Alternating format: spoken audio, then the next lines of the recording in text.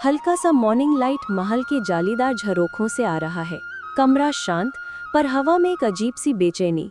राजकुमारी तारा को हमेशा से पानी की आवाज अपनी तरफ खींचती थी, जैसे नदी उसका नाम लेकर उसे बुलाती हो। रानी, तारा, तुम फिर रात को नींद में चलने लग गई थी? तारा, माँ, मुझे सपना आया। वही सपना, नीली रोशनी, नदी का किनारा और एक अजनबी फूल जो मुझे बुलाता है। राजा अंदर आते हुए, फिर से वही? तारा, ये कोई साधारण सपना नहीं, तुम्हारी आंखों में नीली परछाइयां दिख रही हैं।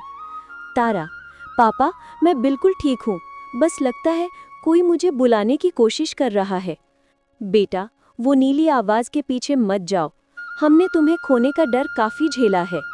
माँ, मैं अपने सपनों से भाग नहीं सकती, जो भी मुझे बुला रहा है उसे समझना होगा। तारा, कहीं वो नीला कमल तो नहीं?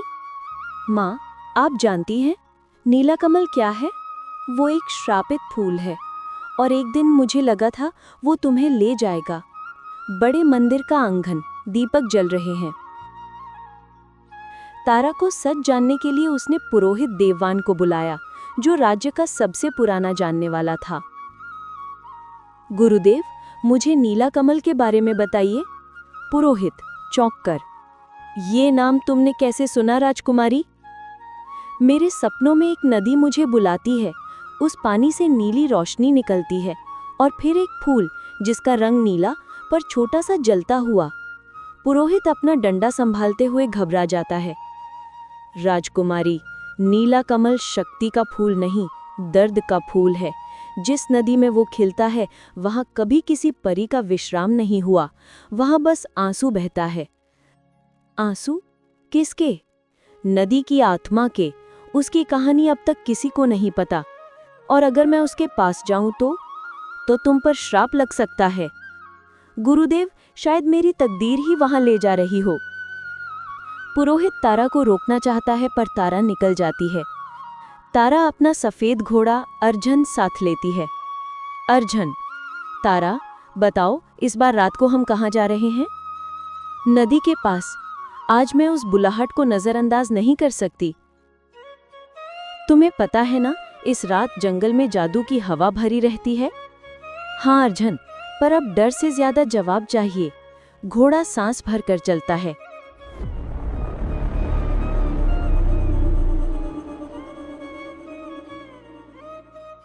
जंगल में आज हवा भी चुप थी, जैसे सब तारा की आमद का इंतजार कर रहे हों। अर्जन, सुना, कोई बोल रहा है। हल्की पानी की मध्यम गूंज। तारा, तारा। अर्जन, ये आवाज सीधी नदी से आ रही है। तारा, आओ। दोनों नदी की तरफ बढ़ते हैं। नदी का पानी आम नदी जैसा नहीं, हल्का सा चमक रहा है। पानी की सतह पे हल्की नीली रोशनी थी, बड़ी शांत पर दर्द से भरी। नदी की आवाज कोमल, दुख भरी। तारा, तुम आ गई। तारा घबरा जाती है। कौन हो तुम? मैं उस नदी की आत्मा हूँ, जिसका आंसू ही नीला कमल को जीवन देता है। आत्मा? तुम्हारी कहानी क्या है? बहुत पुरानी। इस राज्य में एक समय एक परी रहती थी, नूरायण। उसके पास प्रकाश की शक्ति थी, पर उसे एक मनुष्य से प्यार हो गया। पानी की धड़कन तेज हो जाती है। और फिर? परियों का कानून था कि मनुष्य से प्यार करने वाली परी को अपनी शक्ति छोड़नी पड़ती है, पर नूरायण ने इनकार कर दिया। उसने कहा, प्यार में नहीं छोड़ सकती। फिर परियों ने उसे दंड दिया, उसे पानी बना दिया, जिसे कभी कोई मिला नहीं। बस कभी कभी कोई सच्चा हृदय वाला उसकी आवाज सुन सकता था। और नीला कमल, नूरायण के आंसुओं का फूल, वो जिस पर भी खिल जाए उसे एक पल के लिए परी का दर्द महसूस होता है। तारा खुद को पानी में घूरती है, उसका चेहरा परेशान हो जाता है।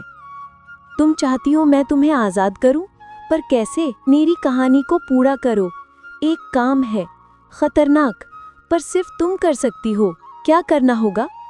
नीले कमल को छेड़ना नहीं, वो तुम्हें बुलाएगा, फिर रोकेगा, फिर तुम्हारा दर्द बन जाएगा।